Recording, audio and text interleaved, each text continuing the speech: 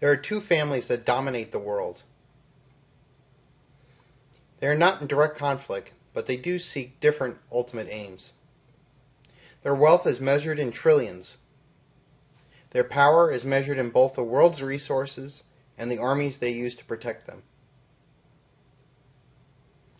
They are the Rothschilds and the Rockefellers. The Rockefellers are based in America, whereas the Rothschilds are based in Europe. The Rockefellers use the war on terror to further their aims, whereas the Rothschilds are funding the climate change propaganda. Rockefeller's main interests are oil, and the Rothschilds' main interests are banking. Rockefellers would like to see an American hyperpower in which they are the center of the world power, and the Rothschilds would like to see a one-world government run by the banks. Rockefellers control the dollar /Amero, and the Rothschilds run the euro and the British pound. Rockefellers are based in New York City and Washington, D.C., whereas the Rothschilds are based in London and Frankfurt.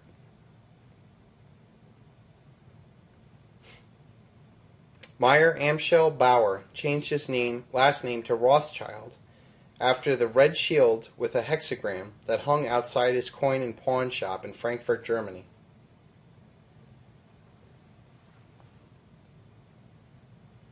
Rothschild literally means red shield. The star on the shield is the seal of Solomon, the son of David, who turned away from God and discovered a way towards infinite wealth to feed his need for material possessions.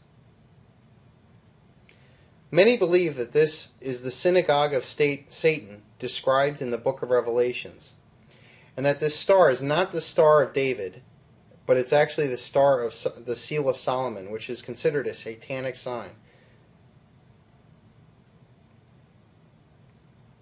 Meyer Rothschild lived above his shop and dressed very poor. This was out of necessity to hide their wealth from tax collectors and others. He had many hiding places to hide his gold and jewels. Meyer trained his 5 sons in the skills of banking and money creation.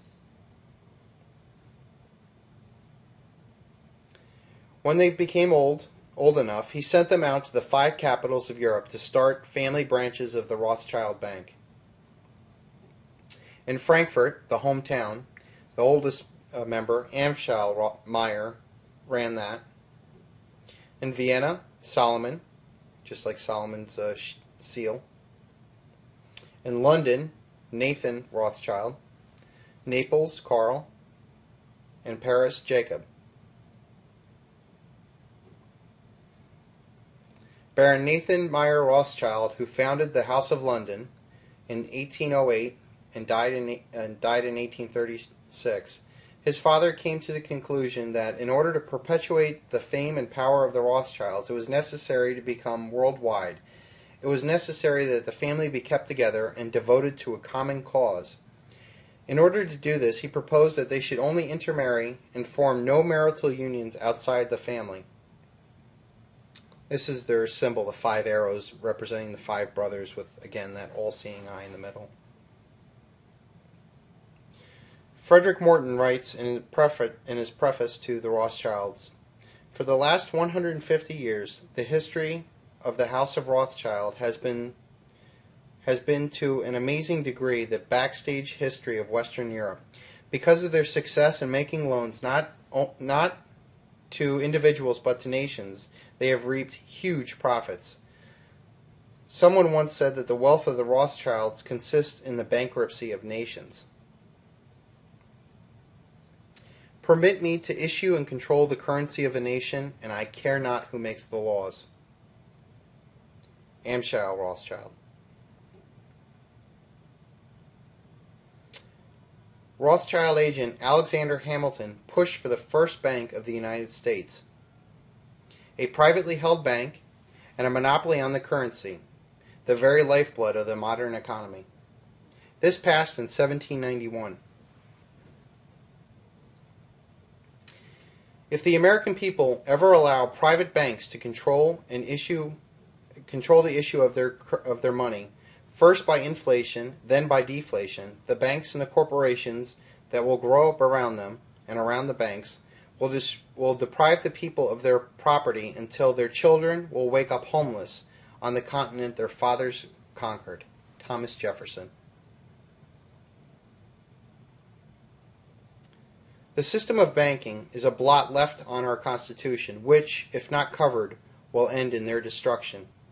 I sincerely believe banking institutions are more dangerous than standing armies, and that the principle of spending money to be paid by posterity is but swindling fortuity on a large scale. Thomas Jefferson.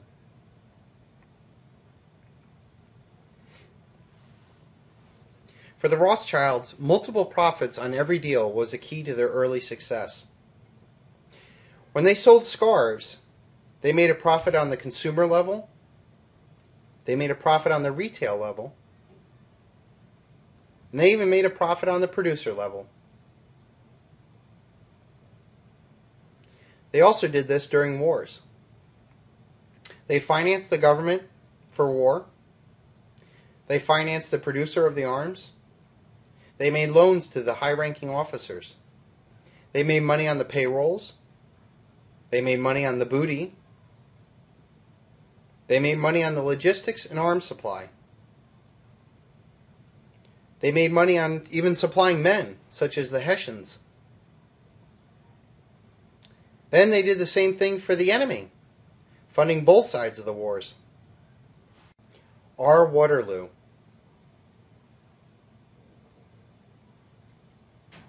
The privately held Rothschild Bank of France was created in 1800.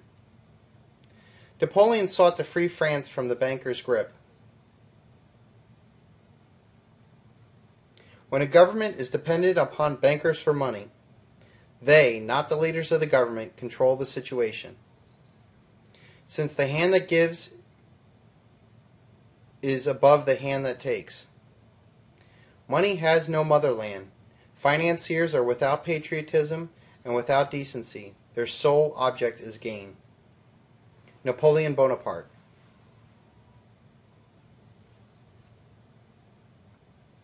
Napoleon refused to take on debt to fund his fight for freedom. He even sold Louisiana to Thomas Jefferson and the Americans, and that funded the battle against the bankers. The Battle of Waterloo. Nathan Rothschild, who headed the London House of Rothschild, had an agent positioned at the decisive battlefield to determine the fate of Europe. Nathan received word one day before the rest of England did on the outcome of the war. Basically, if Napoleon had defeated England at Waterloo and the other empires, France would control and dominate Europe.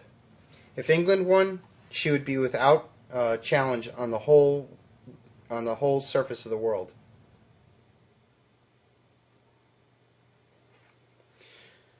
One question I like to ask people who don't know this story is, if you were Nathan Rothschild, what would you do? Napoleon had lost. The British Empire was without equal throughout the world. You'd probably buy stocks and bonds on the winning side, right? If you knew one day in advance that the British won and that all of their companies and bonds would be worth more because the powerful British government would be able to basically plunder the world for their own benefit, you would probably just buy the stocks and bonds, right? That's what I would do. What Nathan did that day was the most incredible manipulation and greatest wealth transfer ever. Hank Paulson's $700 billion was nothing compared to this. Nathan took his usual post at the London Stock Exchange. He was dour. He talked very little, and when the market opened, he started slowly selling his shares in consols, knowing full well that the British Empire had defeated Napoleon, and the British Empire was without equal in the world. He started selling and selling. Nathan was never accepted into the British aristocracy, but he was very respected as a money manager.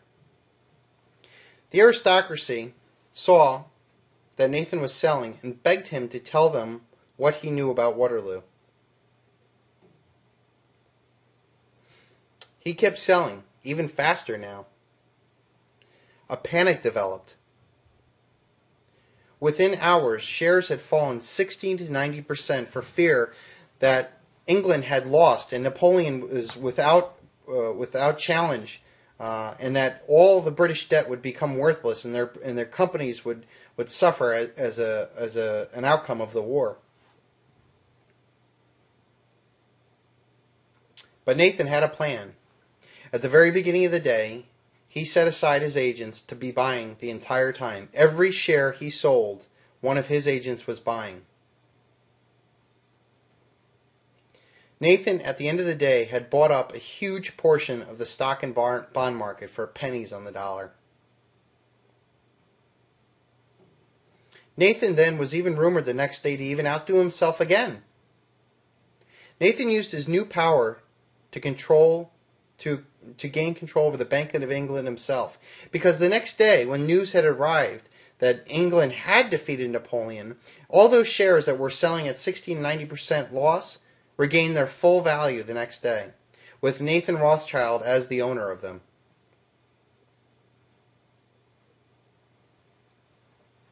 From then on, the Rothschilds were the richest family the world has ever known.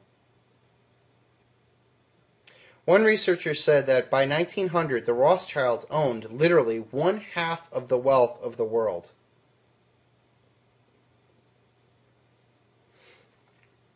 They financed the Carnegies, the Vanderbilts, the Harrimans, J.P. Morgan, even the Rockefellers,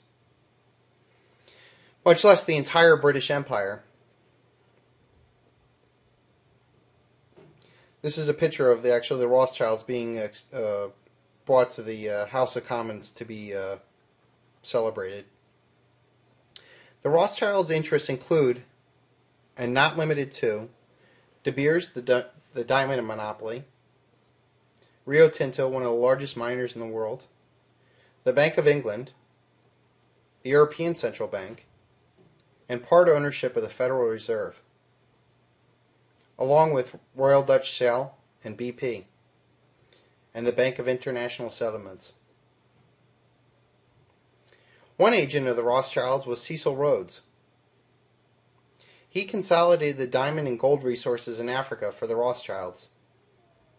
He left his entire fortune to the Rothschilds and created the Rhodes Scholarship for Oxford, which is used to bring young people into the elite, much like Bill Clinton.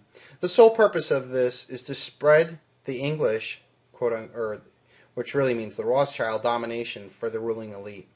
That's what the whole purpose of the Rhodes Scholarship is, to perpetuate the English, which is the Rothschild domination.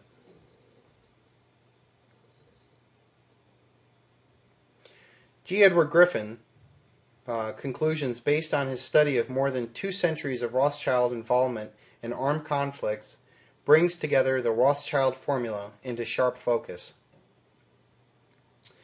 Rule number 1. War is the ultimate discipline of any government. If it can successfully meet the challenge of war, it will survive. If it cannot, it will perish. All else is secondary. The sanctity of its laws, the prosperity of its citizens, and the solvency of its treasury will quickly be sacrificed by any government in its primal act of self-survival. Number 2. All that is necessary, therefore, to ensure that a government will maintain or expand its debt is to involve it in a war, or a threat of war. The greater the threat, and the more destructive the war, the greater the need for debt.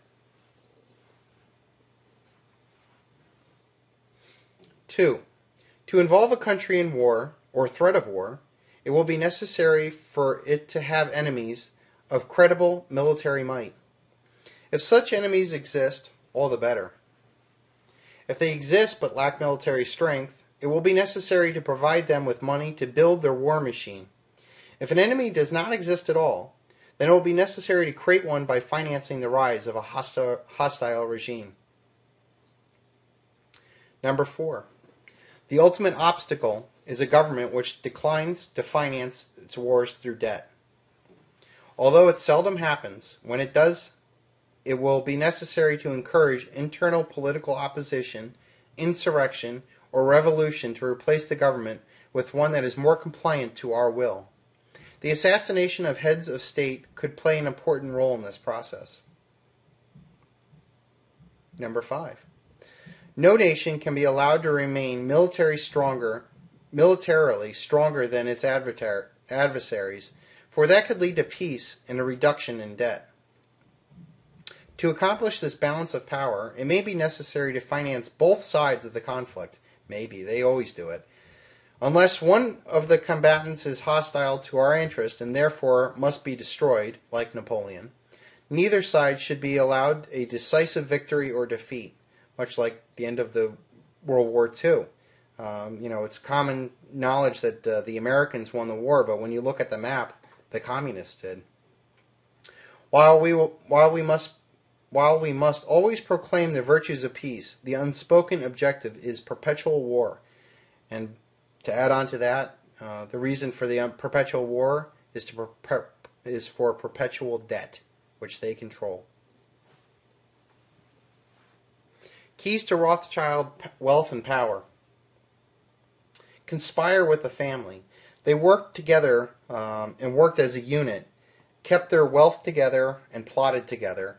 They never let their wealth be diminished through marrying outsiders or venturing into individual actions. Every time the Rothschilds made a move, it was as a family and as a whole. They sought multiple profits in every single thing that they did.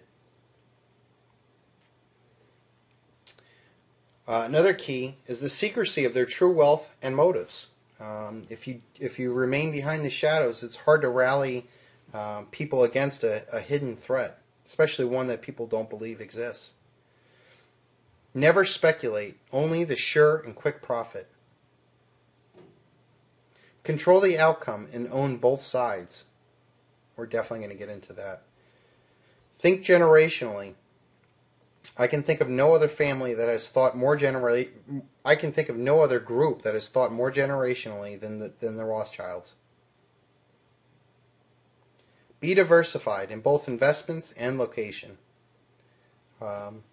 They have spread themselves out through most of Europe. There's not one part of their family's investments that dominates the others, besides banking, but they are well diversified. And they are monopoly men. They don't seek to play in a level field. They seek to own an entire market and own it for themselves. And remember the golden rule. Golden rule is, he who has the gold makes the rules. And the Rothschilds certainly owned the gold. This is actually a picture I scanned from one of the books that I have. And it's a political cartoon, and it shows one of the Rothschilds there sitting on all the money, with all the poor people begging him for money, much less all of the kings and monarchies all begging for money. And I thought that was an interesting picture of how history is shown that the Rothschilds are a dominant force. There will be blood. John D. Rockefeller was born in Cleveland, Ohio, 1839. His first job was a bookkeeper at 16 years old. He had very good attention to detail and was very systematic. At 18, he started speculating his money in commodities. With the discovery of oil in Pennsylvania, John drove drove John to get involved in oil. When he arrived, he appraised the situation and determined that wildcatting was too risky. Refining oil was where the steady money was at, and the choke point. He built his refinery on the rail line to be efficient. He refined multiple products out of a single barrel of oil. He knew every part of his business and ran it hard. He controlled all that influenced his business, and by 25 had one of the largest refineries in the world. Then he set his eyes on consolidating all the independent oilmen into Standard Oil. He would use any means necessary to buy competition or run them out of business. This is a political cartoon that was very famous, showing the power of the oil, Standard Oil, which was centered in Cleveland, Ohio. Standard Oil soon became so large that the government ordered it broken up. This suited John D. just fine. The sum of the parts were worth more than the whole, 3 to 4 times more. And this was all before the automobile and gasoline became popular. Competition is a sin. John D. Rockefeller.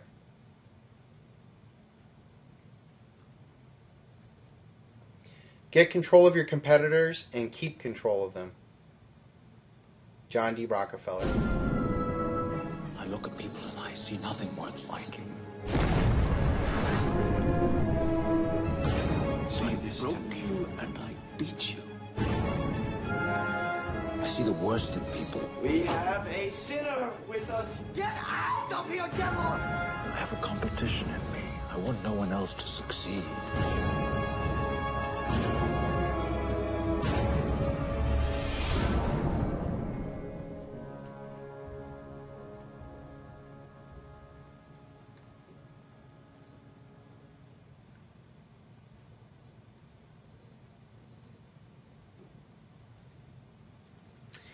In our dreams, people yield themselves with perfect docility to our molding hands.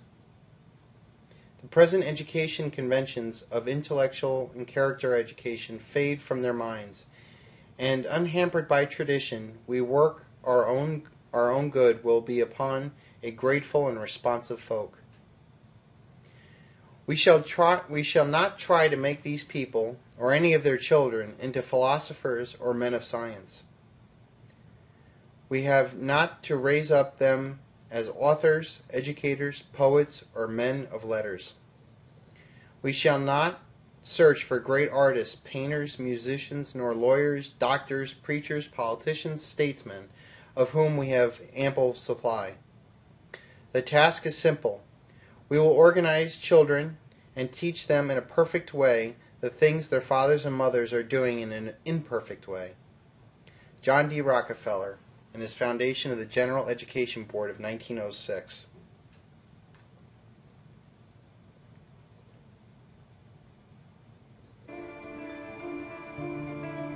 It was 1956.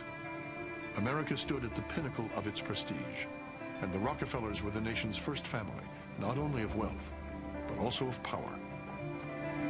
If there was an establishment in America in the 50s, it was these Rockefeller brothers. These young men have taken their place as these absolutely unique members of a unique family. They're, in some sense, the very tip of this kind of the American century, the American experience, this optimism that buoys America in the post-war era. They were, in many ways, at the center of business life, conservation life, environmental life, political life. They were in the middle of it. That's exactly where they wanted to be, and they loved it. 50 years after Ida Tarbell's scathing attack on John D. Rockefeller Sr. in McClure's magazine, Fortune magazine published a glowing profile of his grandchildren. Each brother was said to be worth upwards of $100 million. But more important than their wealth, Fortune argued, was the vast social empire which the brothers commanded. From their headquarters in Midtown Manhattan, Their influence reached into every sphere.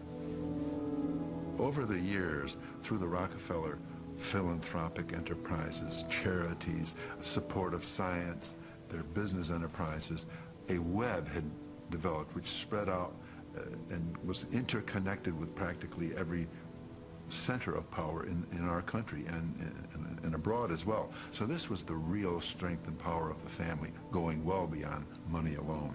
Sometimes they would joke about it. They say, well, David gets Europe, Nelson is going to have Latin America, and John D. III gets Asia, and then they make some joke about what Winthrop got, which would be something like Arkansas. But nonetheless, there was something really behind the joke.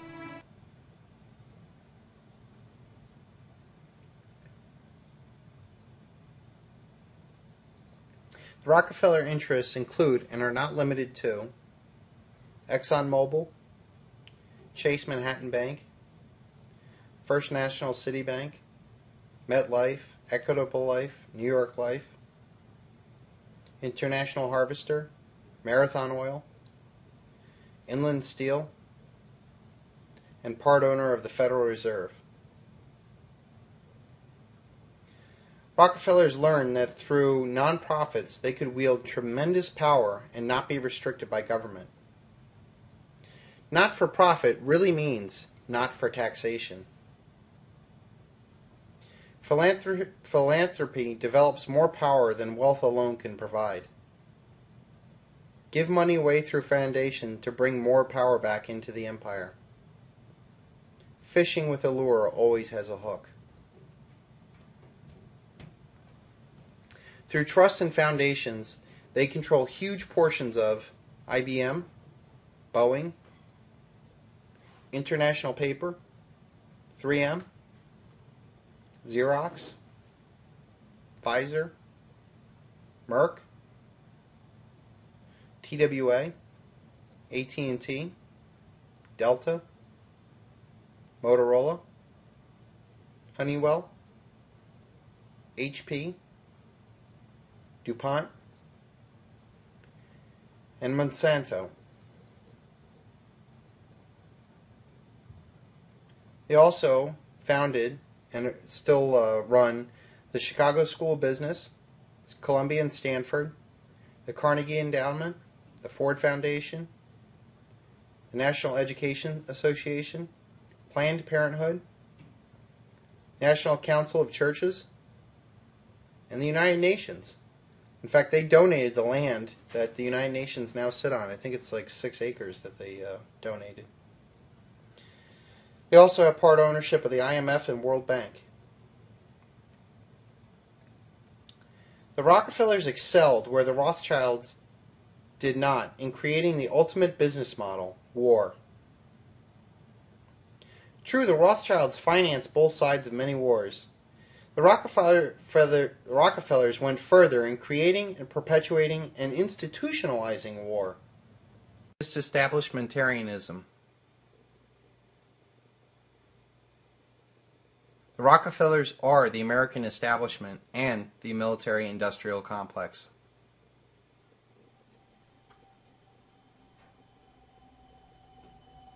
Ladies and gentlemen, the President of the United States. Good evening, my fellow Americans. We now stand 10 years past the midpoint of a century that has witnessed 4 major wars among great nations.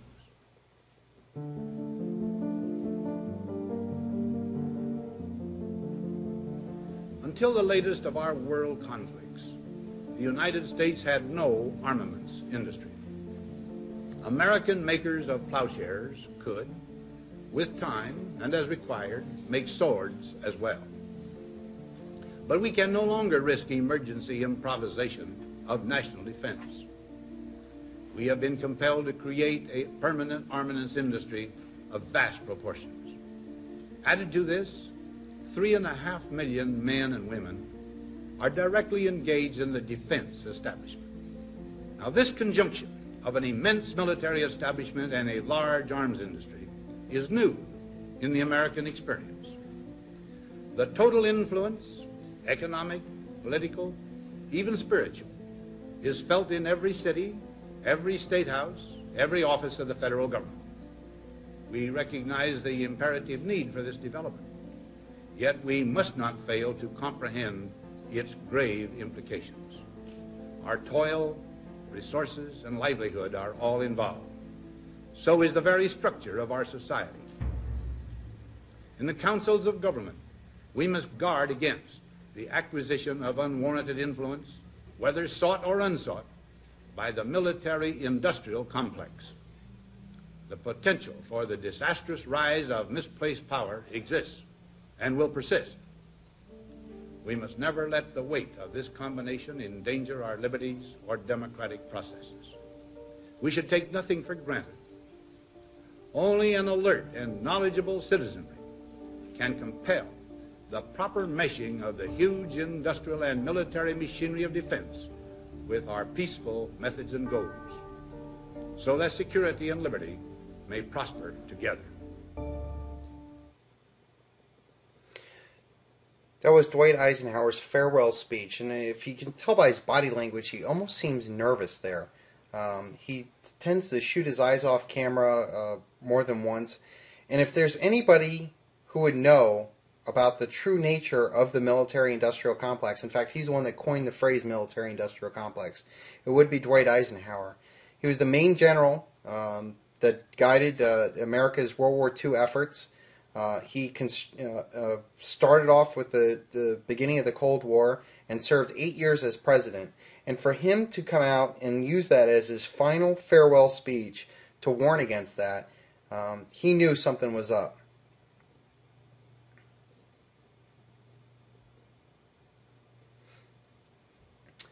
Through the Rockefellers' foundations and their corporations, they form an American policy to protect and enrich their interests.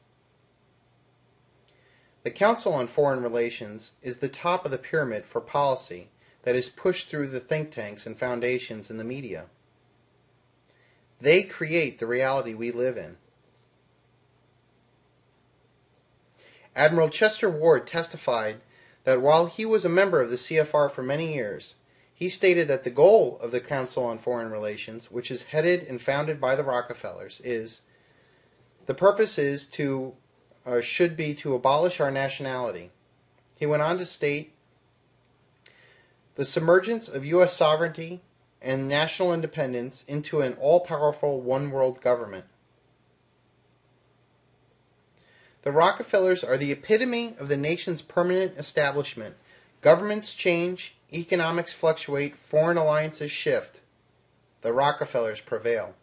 Walter Cronkite.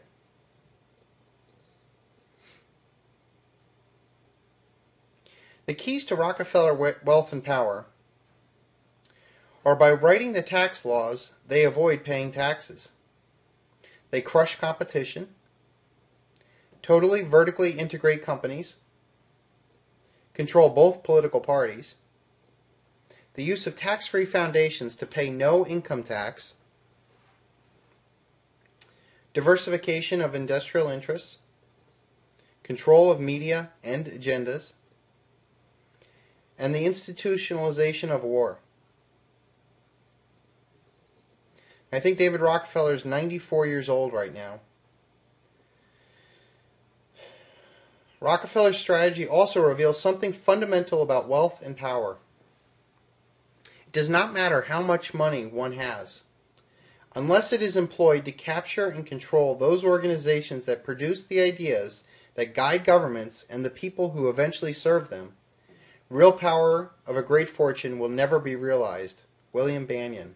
And no other family understood this as much as the Rockefellers.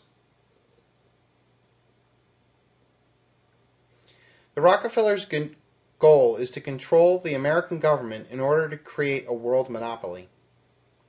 The Rothschilds have the same aim, but they're positioning themselves as an alternative to the collapse of the dollar and American power. Both want a new world order, which is really the old world order of the elite. Right now, I feel the Rothschilds have an upper hand because it seems as if America has overplayed its hand. But with the recent information of this ClimateGate finally coming about, Both sides have really taken a huge hit tactically over the past year, with America starting to lose its dominance, both the military and economically, and then the Rothschilds losing a lot of their political capital with this environmental movement. But I think at the end of the day, the Rothschilds do have the upper hand.